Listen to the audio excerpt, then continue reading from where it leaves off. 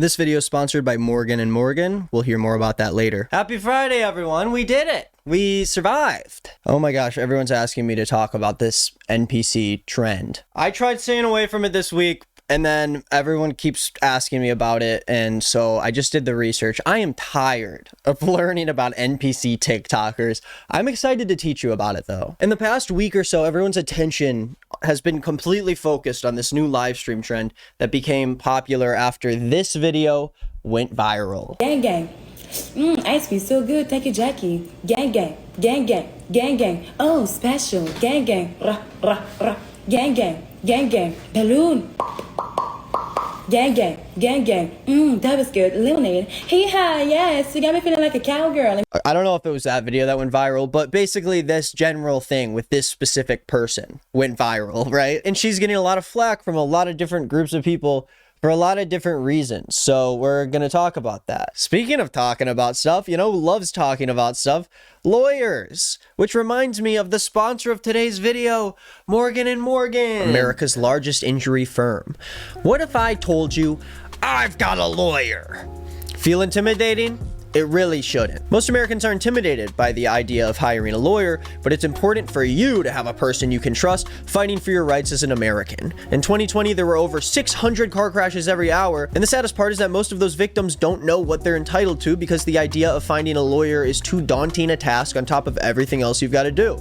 But with Morgan & Morgan, you're taken care of. You can submit a claim for an injury from your home in 8 clicks or less. Morgan & Morgan is a 21st century law firm, one that has modernized the injury law process, making it even easier to communicate exactly what you need. So if you guys are ever injured in an accident and you don't know where to start, you can check out Morgan & Morgan. Again, you can submit a claim for 8 clicks or less. You don't even have to leave your couch. So for more information, go to forthepeople.com or dial #law. That is the # and 529 from your cell phone for Morgan & Morgan. Thank you to Morgan & Morgan for sponsoring this video.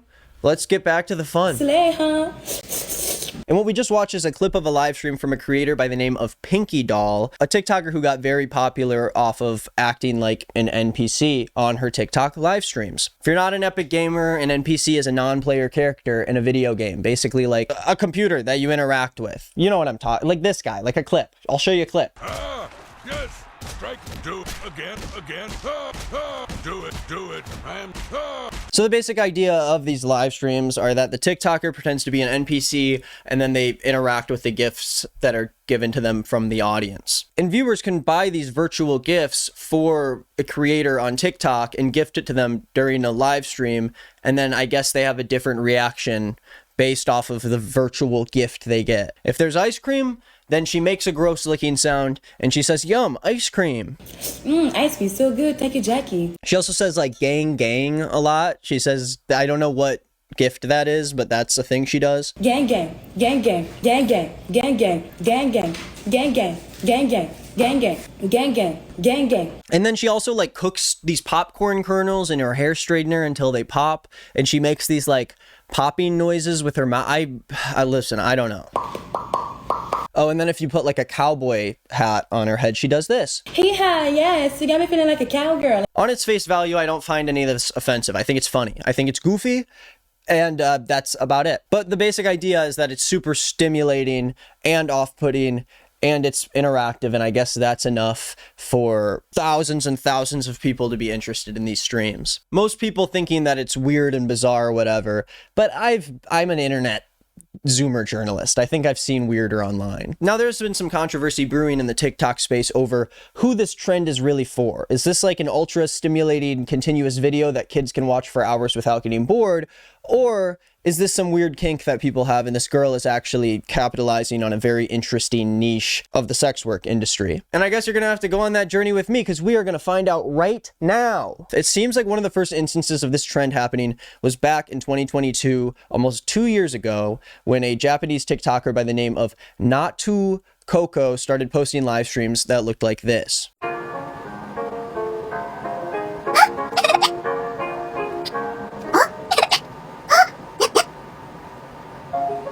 Now, of course, this video is a little bit of a different vibe from the first video we watched, but it seems like it stems from the same inspiration, I guess. And the first bit of controversy surrounding this trend was people calling out Pinky Doll for stealing this trend from the original creator. People were upset because apparently she's like making all this money off this trend, and a Japanese creator was the first one to do it like a year or two ago. Now, from what I know, she doesn't claim that the trend was her idea, but she just said that she's the reason it went popular. And although there are a lot of people who are really angry at the fact that she took this TikTok trend, I personally feel like TikTok has always been a place for inspiration, collaboration, and overall trends. That's basically what TikTok is built off of. I don't really think the NPC trend on its own is unique enough for anyone to claim that they were the original creator of it, or that anyone specifically can't do the trend because of that reason. I really only see this as a bigger issue if people start lying about them coming up with the trend, or they start bashing other creators for doing the trend.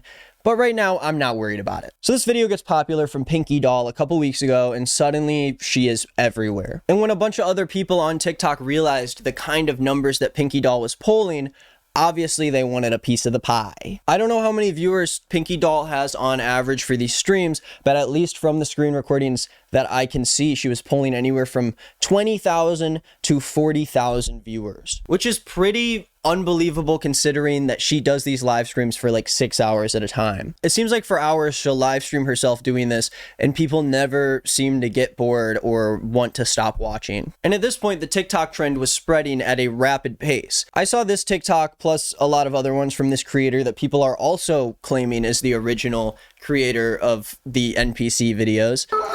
Lollipop. Yum! Pizza. If anyone sends me my favorite gift, the dinosaur, I say ooh with the cute way. And listen, I'm not some internet historian who's going to dive back and see who exactly deserves all of the fame and respect over this weird trend. I just think it's a little weirdly off-putting. It's like funny to watch. That's about it. Well, at least for now, that's about it.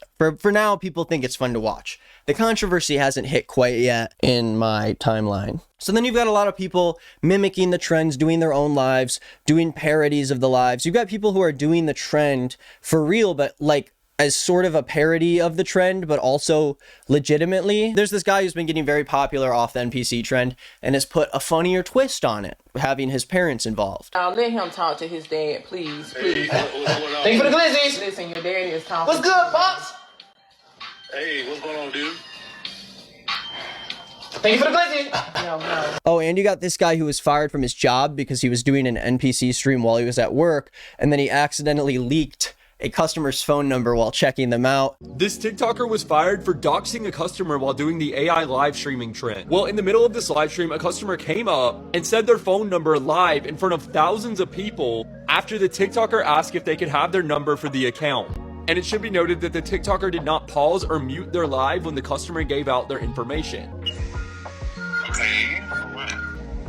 Like, dude, you know why you're being fired. And after all these lives took over on the For You page, it seems like everyone was just scrolling through this endless slog of NPC TikTokers who really wanted to gain the popularity that people like Pinky Doll were getting off of these videos. Ice cream. Tastes so good. Gang gang. I love glizzies. Thank you for the roses. Thank you for the roses. I have to go. Thank you, everyone, for the. Maybe some gifts. We'll see. And this trend became that much more interesting to people when they learned just how much money Pinky Doll was making from these live streams. There's this Vice article that came out a few days ago interviewing Pinky Doll about this whole thing. I'll leave the link in the description. But basically, she used to run this cleaning company in Montreal, and then lost the company after her stepdad died and suddenly had no income coming in for her or her child. And so she turned to TikTok to hopefully make money so she could feed her kid, pay her bills. And she suddenly started spending 7 days a week, 6 hours a day on TikTok Live, and was only making about $250 a day. But now that she is as viral as she is, she's making up to $7,000 a day. And I wouldn't be surprised if it's even higher than that right now. And making $7,000 off a TikTok live stream is like unheard of. Like, that literally just doesn't happen. I found an interesting TikTok by someone named Kevin Liu who explained the way that money works in the TikTok live stream app and just how crazy it is what's happening right now. Sorry, I was adjusting. Okay, here's the TikTok. How many gifts she needs to receive to make $2,000 to $4,000 per live. So check this out. This came out of my recent TikTok live. I received 605 diamonds, and that came out to be only $3.02. And diamonds are basically the equivalent to coins. So for example, 1 rose is 1 coin, which is 1 diamond, and a fire is 5 coin, which is 5 diamonds. Which means every coin or diamond we get, it's only worth half a cent. Thus, 605 diamonds is only worth $3.02. And so just to make $1 off of your live, you need to receive at least 200 diamonds and coins worth of gifts. So for her to make $2,000 to $4,000 per stream, she was receiving between 400 to 800,000 diamonds per stream worth of gifts, which is so insane because that means people are literally spamming gifts nonstop throughout her stream. Seriously, in order to make the amount of money that she is making per stream on TikTok, she has to have an unreal amount of people giving her gifts constantly on the app. And speaking of her kid, there have been multiple moments during these streams where Pinky Doll will actually break character to start like yelling at her kid in French out of frame. And it's pretty funny. Anyways, see you soon, baby. See you in a minute. Love you. Non, tu montes ta chambre parce que là, tu tombes en punition. C'est vraiment dégueulasse ce que t'as fait. C'est vraiment dégueulasse. C'est vraiment, vraiment dégueulasse. Tu as 5 ans. Tu as pas 2 ans, tu as 5 ans. Monte ta chambre.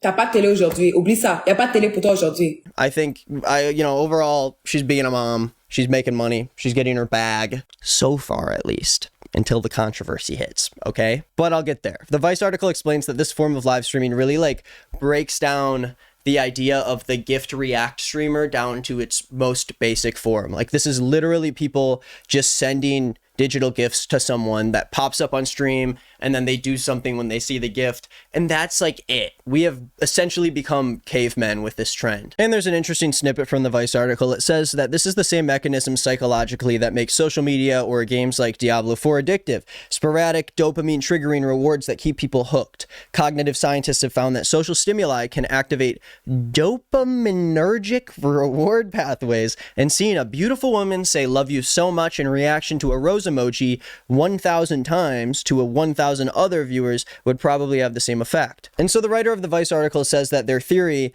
is that this genre of video freaks people out because it taps into these already existing anxieties about AI coming for our humanity, which is something that I'm not super sold on. I don't really feel like that's the reason why it's as popular as it is, as opposed to just how stimulating and colorful and all encompassing this trend has become. But the article does say that Pinky Doll doesn't ever say that she's cosplaying as an NPC in these streams, even though there are other NPC streamers who do. And Pinky Doll was even asked if she cares about what people think about her after she's gone this viral, and she says, I think they're just jealous of my blessings, my attention, my money, because in my DM I got famous rappers, hockey players, NBA players that keep writing me to keep pushing, encouraging me to go to the next level and congrats me. They love me. I ain't gonna lie. It feels amazing to have all the attention and getting paid at the same time. Kiki Palmer gave her a shout out. That was a big moment for her, she said.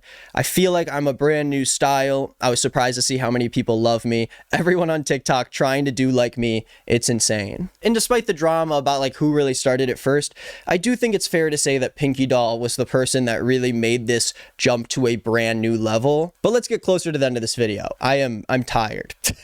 Long story short, a lot of people think that this NPC stuff is fetish content. And listen, I totally see it. There's a market for literally everyone out there, and I know that there's a market for NPC loving men out there. But every time any weird sort of thing happens on TikTok, everyone says it's a fetish thing. And so I just want to take a step back and wait until there's actual proof of it to see if that's what's happening. Oh, it seems like there really might be actual proof of that. Oh, but before we get to that, I think my theory is that this trend has gotten so popular that it can't really just be a niche fetish thing. I think it's got this weird mix of kids who are overly stimulated by all of these weird things going on while also waiting for something interesting to happen, mixed with men who might be interested in this kind of behavior from live streams on TikTok. And boy, does that seem like the absolute worst crowd to live stream to. That seems like a really bad demographic, but it's not a bad demographic when it comes to making money. All that to say, this brings us to the kind of biggest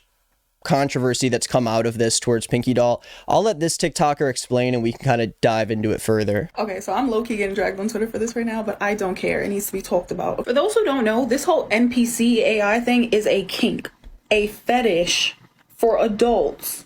And she's trying to find a way to cover her not safe for work content on TikTok and then sends people to her spicy Twitter where she's saying that she's 15 years old, and on her TikTok where she's saying she's 19 years old. This is a grown woman with a child of her own. But people are arguing with me because I'm calling it out because they're saying she's getting to the bag. Her #1 viewers on her videos right now is Timbaland and ATL Jacob. So there's a lot happening. Basically, the claim is that she is using her TikTok to funnel viewers into her Twitter, which is a lot more not safe for work. And there are claims that she is in her late 20s, but is pretending to be 19 on TikTok, and even pretending in some tweets to be 15 on Twitter. And so let's check it out. We go to Pinky Doll's TikTok, we click the link, let's see what we're brought to.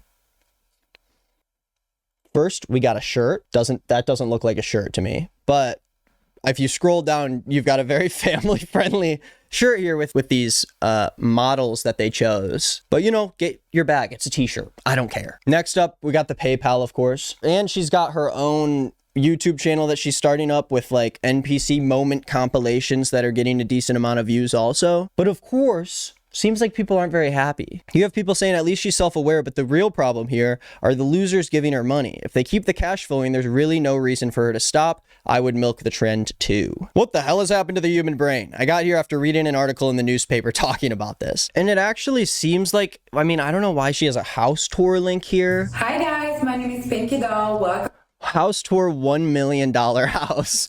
What is going on? to my channel. Today I wanted to show you my house. You know, it's a $1 million house, pretty big. So let's go. Let me show you. Okay, this is where I watch my TV. A little sofa where, you know.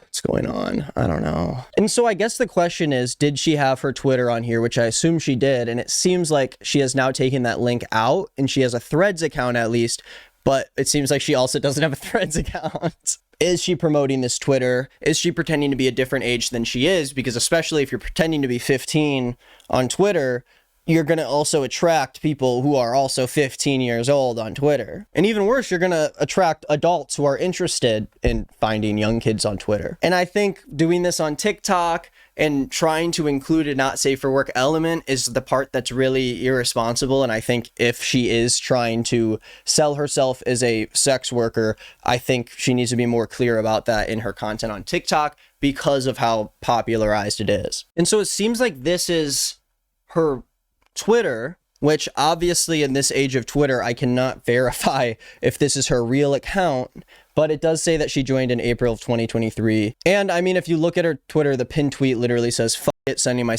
to everyone who likes this, follow me and retweet." I guess the question is, if you are a sex worker making money online, how much discretion should you give to your fans if you have things that are not appropriate for those underage fans on other platforms? I think if I was making like kids content and I was like unboxing toys and shit, and then all of a sudden like you go to my Twitter and I'm selling naked photos of myself, I think it does provide a little bit of a pipeline that could end in not so great things happening. All of that to say, the NPC stuff is just not my thing. I was writing the script and I was like, I can't wait for this to be over. This is like, I scroll past these things on TikTok and I have no idea what's going on. And originally I wasn't even going to touch on it, but it got this popular to this point and now we're here. So I don't know. Let me know what you think in the description. Let me know if I missed anything. I tried to like research all this as fast as I could. And of course, I'm sure that there are other pieces of context that would help me understand this story. So if you have that, put it down below. I'll be reading, responding to comments today, doing whatever. Also, new He Said Us video. We got the plaque and Dev and I opened it up in the new He Said Us video. I'm posting a lot of little small dramas there. So I'll put the video on the screen at the end of it, and you can watch that. Link will be in the description. And thank you for getting this awesome channel to 100,000 subscribers. I never thought that channel would get the plaque, so I appreciate it. Thank you for watching this video. If you liked it, I have a playlist on my channel of a bunch of other drama videos you can watch. I post 3 times a week, Monday, Wednesday, Friday, so make sure you subscribe. My band Queef Jerky is coming out with an album 1 week from today, Friday, July 28th. Our album is coming out with Ethan is online, and it's awesome. I'll leave in a snippet right here. I can't believe I have the followers. I'm Jimmy Fallon, you're John Nulliver.